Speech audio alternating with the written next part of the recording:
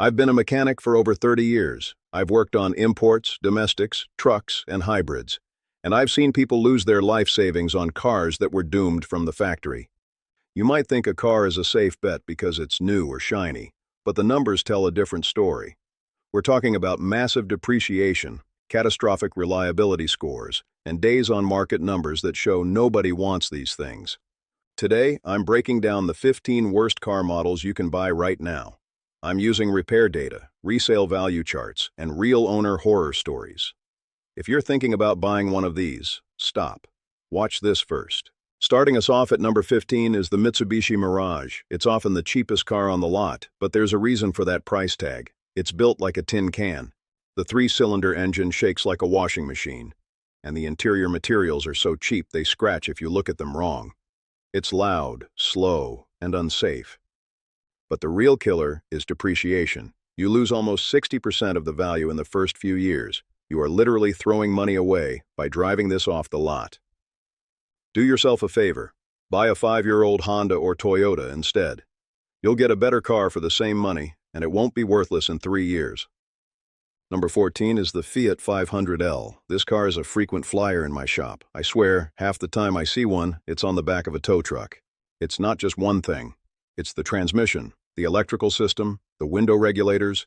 It feels like this car was designed to break. The build quality is absolutely abysmal.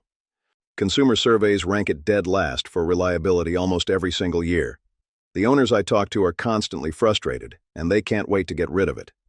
Unless you like drinking mediocre coffee in my waiting room while I write you a $1,000 invoice, stay far away from the Fiat 500L. Number 13 is the Dodge Journey. This is the official car of negative equity. People buy it because they can get approved for financing, not because they want it. It's basically a relic from 2008 that they kept building forever. The 4-speed transmission is ancient, the fuel economy is terrible, and the interior falls apart. Because they sold these to subprime buyers with massive rebates, the resale value is non-existent. You will owe more than this car is worth until the day it dies. It's a financial trap on wheels. Don't let the low monthly payment fool you. You'll pay for it in repairs and depreciation down the road. Moving on to number 12. This is a model that a lot of people buy for their kids, or as a commuter, thinking it's a sensible choice. But they are dead wrong. The main culprit here is the transmission. These CVT transmissions are ticking time bombs. I've replaced hundreds of them. They overheat, they slip, and eventually, they just quit.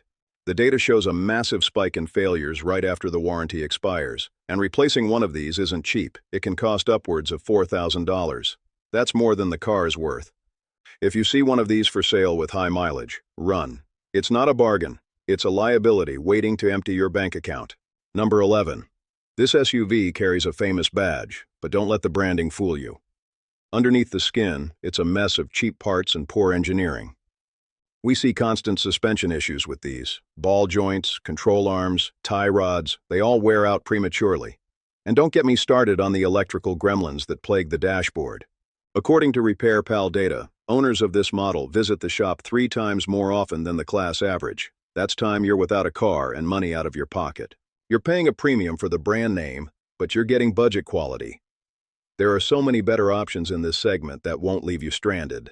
Cracking the top 10, we have a subcompact SUV that really shouldn't exist. It's cramped, it's inefficient, and the engine struggles to get it up to highway speeds. The tiny turbocharged engine is under massive stress just to move the weight of the car. This leads to early turbo failures and oil leaks that are a nightmare to fix because the engine bay is so cramped. Owner satisfaction scores for this model are abysmal. Most people who buy one regret it within the first year because they realize how underpowered and unrefined it actually is. It was designed for emerging markets and brought here as an afterthought.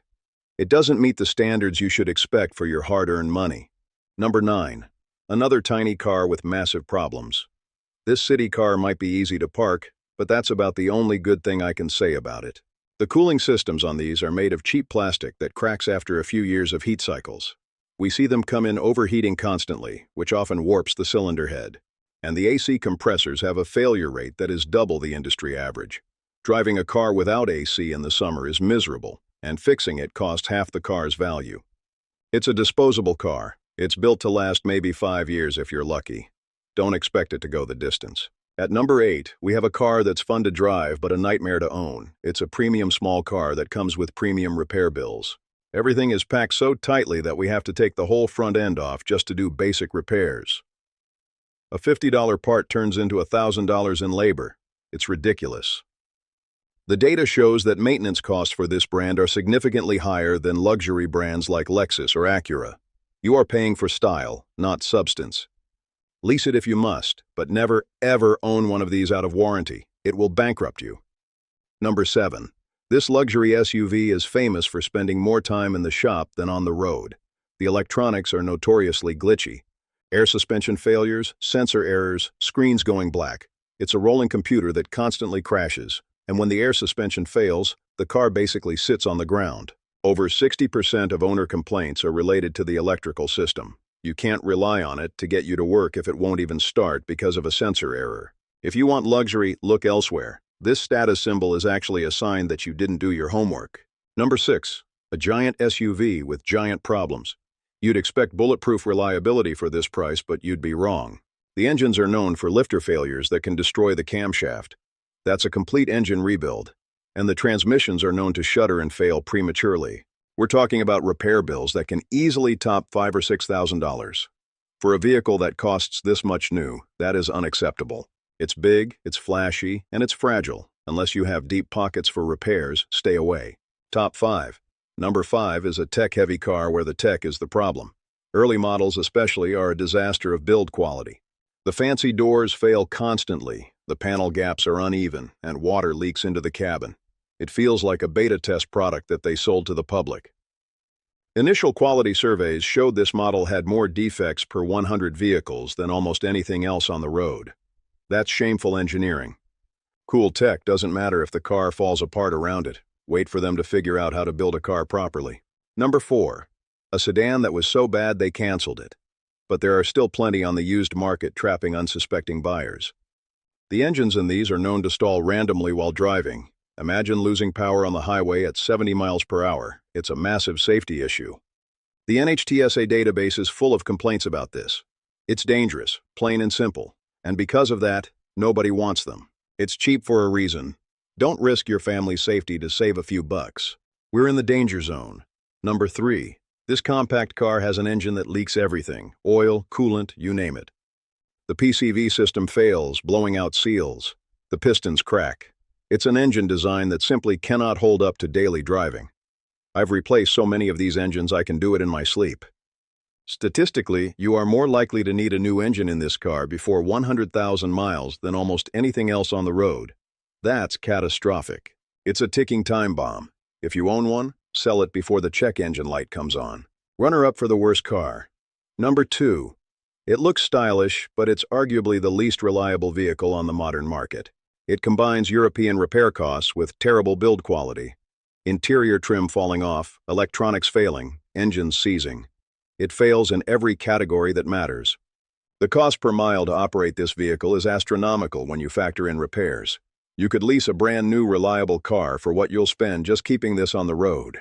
Please, I beg you, don't buy it for the looks. You will regret it every time you see the tow truck driver. And finally, the number 1 worst car. This model is legendary for being terrible. It's the benchmark for failure. It does nothing well. It's unsafe, it's unreliable, it's slow, and it's ugly. It represents everything that can go wrong in automotive engineering. It is physically painful for me to work on these. It has the lowest resale value, the highest repair frequency, and the lowest owner satisfaction of any car in my database. It is statistically the worst car you can buy. If someone gives you this car for free, say no. It's not worth the parking space. Stay away at all costs. So there you have it. The numbers don't lie. These 15 cars are statistically the worst ways to spend your money. I hope I just saved you a massive headache and an empty wallet. Do your research, check the data, and drive safe out there. And if you have a friend looking at one of these cars, send them this video. Don't let them become a statistic.